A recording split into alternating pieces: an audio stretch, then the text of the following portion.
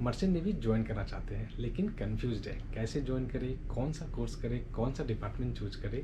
तो आइए आपके इस कंफ्यूजन को मैं दूर करने की कोशिश करता हूँ।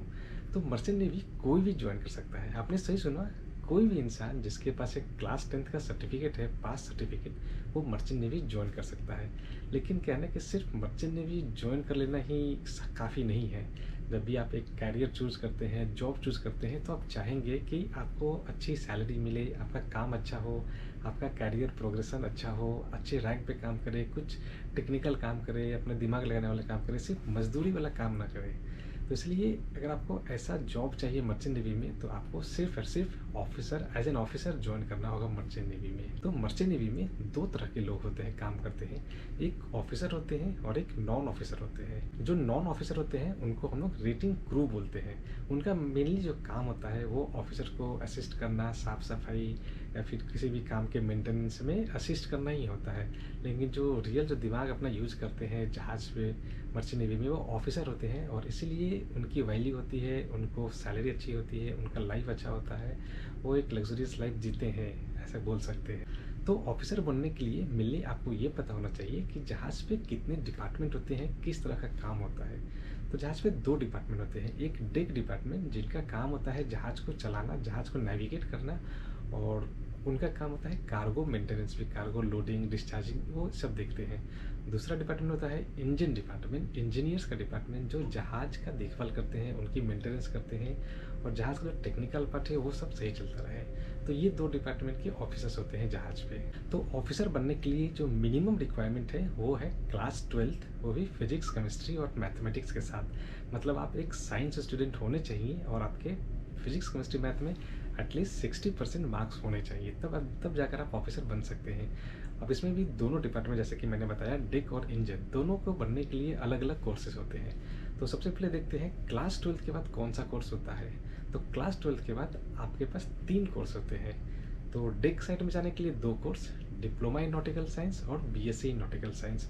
और इंजन साइड में जाने के लिए आपके पास बीटेक इन मरीन इंजीनियरिंग। तो डिप्लोमा इन नॉटिकल साइंस 1 साल का कोर्स है, बीएससी इन नॉटिकल साइंस 3 साल का कोर्स है। लेकिन ये दोनों कोर्स आपको एक ही करियर पाथ में आपको आगे लेकर जाएंगे। आप 3rd ऑफिसर बनेंगे, 2nd ऑफिसर बनेंगे, चीफ ऑफिसर बनेंगे, फिर आप कैप्टन बनेंगे। जो दूसरा साइड है बीटेक इन मरीन इंजीनियरिंग, इससे आप इंजीनियर बनेंगे, 4th engineer, 3rd engineer, 2nd engineer, फिर जहाज के चीफ इंजीनियर। ये तो एक तरीका हो गया मर्चेंट नेवी ज्वाइन करने का एज एन ऑफिसर। आप आते हैं दूसरे पार्ट में। अगर आपने अपने क्लास 12th के बाद इंजीनियरिंग ज्वाइन कर लिया है, वो भी सिर्फ 2 डिपार्टमेंट की इंजीनियरिंग, मैकेनिकल इंजीनियरिंग और इलेक्ट्रिकल इंजीनियरिंग, तभी आप मर्चेंट नेवी ज्वाइन कर सकते हैं। तो जिन्होंने मैकेनिकल इंजीनियरिंग ज्वाइन किया है, वो अपना इंजीनियरिंग कंप्लीट करने के बाद 1 साल का जीएमई कोर्स करना पड़ेगा, ग्रेजुएट मरीन इंजीनियरिंग। और जिन लोगों ने इलेक्ट्रिकल इंजीनियरिंग किया है, उनको अपना इंजीनियरिंग कंप्लीट करने के बाद 4 महीने का इलेक्ट्रो टेक्निकल ऑफिसर का कोर्स करना होगा, तब जाकर वो मर्चेंट नेवी में एज एन ऑफिसर ज्वाइन कर सकते हैं। तो अगर आपने क्लास 12th के बाद डीएनएस या बीएससी चूज किया है, तो डीएनएस 1 साल का कोर्स है। उसके बाद आपको 18 मंथ्स ऑन बोर्ड ट्रेनिंग करना होगा। अगर आपने बीएससी नॉटिकल साइंस किया है तो 18, ये बीएससी नॉटिकल 3 साल का कंप्लीट करने के बाद आपको 1 साल का ऑन बोर्ड ट्रेनिंग करना हो पड़ेगा। फिर आप इंडिया आएंगे, वापस अपना एग्जाम क्लियर करेंगे और as an 3rd officer join करेंगे पहली बार जहाज पे।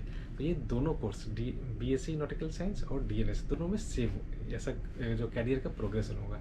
दूसरे साइड में अगर आपने बीटेक इन मरीन इंजीनियरिंग किया है, तो अपने 4 साल का बीटेक कंप्लीट करने के बाद आप जहाज़ पे जाएंगे 6 मंथ का ऑन बोर्ड ट्रेनिंग के लिए। उसके बाद आप इंडिया में वापस अपना एग्जाम अपना क्लियर करेंगे और पहली बार आप जहाज़ पे as an 4th engineer join करेंगे।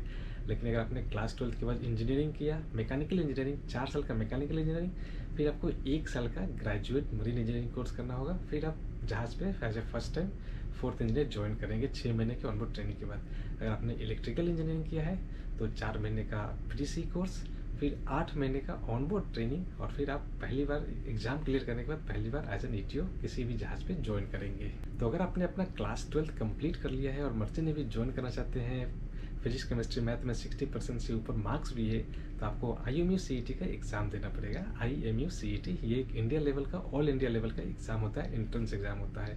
तो इसके बेसिस पे आप एडमिशन ले सकते हैं DNS में, या फिर BSc नॉटिकल साइंस में, या फिर बीटेक इन मरीन इंजीनियरिंग में। तो अगर आपने क्लास 12 पास किया है और आप मर्चेंट नेवी जॉइन कराते हैं, तो आप ये सोच सकते हैं कि मैं कौन सा डिपार्टमेंट जॉइन करूँ।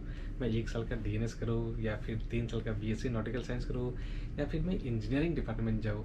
बहुत लोग ऐसा सोचने लगते हैं कि कौन सा जॉब ऐसा है जहाँ पे काम कम होंगे, पैसे ज़्यादा होंगे, स्ट्रेस कम होंगे, इस तरह की चीज़ें आपके माइंड में आती है। तो देखिए, आपको बताता हूँ, जो 2 डिपार्टमेंट है, डेक डिपार्टमेंट, इनका काम बेसिकली जो होता है मैनेजमेंट का होता है। लेकिन जो इंजन डिपार्टमेंट है इंजीनियर्स का, इनका मोस्टली टेक्निकल होता है। पूरा इंजन कैसे काम करता है, इंजन की मेंटेनेंस, फुल टेक्निकल पार्ट। तो अगर आपको किस में इंटरेस्ट है, आप टेक्निकल पार्ट में जाना चाहते हैं, तो आप of course B Tech in marine engineering करें। अगर आपको मैनेजमेंट काम ज़्यादा पसंद है, नेविगेशन पसंद है, ये सब, तो आपको डेक साइड में जाना होगा। लेकिन मर्चेंट नेवी में एक लंबे कैरियर के लिए आपके पास डेक डिपार्टमेंट और इंजन डिपार्टमेंट दोनों अच्छे हैं। जो तीसरा डिपार्टमेंट जो इलेक्ट्रिकल का है, वो एक लंबे कैरियर के लिए नहीं है, क्योंकि एक ईटीओ जहाज़ पे एक ही ईटीओ होता है, तो इसलिए उसका कोई प्रमोशन का स्कोप भी नहीं होता है, उसका रैंक स्टैग्नेंट होता है, उसकी सैलरी भी ऑलमोस्ट स्टैग्नेंट होती है, जस्ट एक्सपीरियंस के साथ कुछ बढ़ती है। तो आप क्लास 12 के बाद मर्चेंट नेवी ज्वाइन करना चाहते हैं, तो मैं सजेस्ट करूँगा ऑफकोर्स आप डीएनएस में जाए या फिर मरीन इंजीनियरिंग या मैकेनिकल इंजीनियरिंग साइड में जाए। क्लास 12 के बाद मर्चेंट नेवी ज्वाइन करना है तो ईटीओ के बारे में ना सोचें। ईटीओ उनके लिए ही बेस्ट है जो जो अपने क्लास 12 करने के बाद इलेक्ट्रिकल इंजीनियरिंग कर चुके हैं और वो मर्चेंट नेवी ज्वाइन करना चाहते हैं अपने इलेक्ट्रिकल नॉलेज के बेसिस पे, तो उनके लिए ठीक है।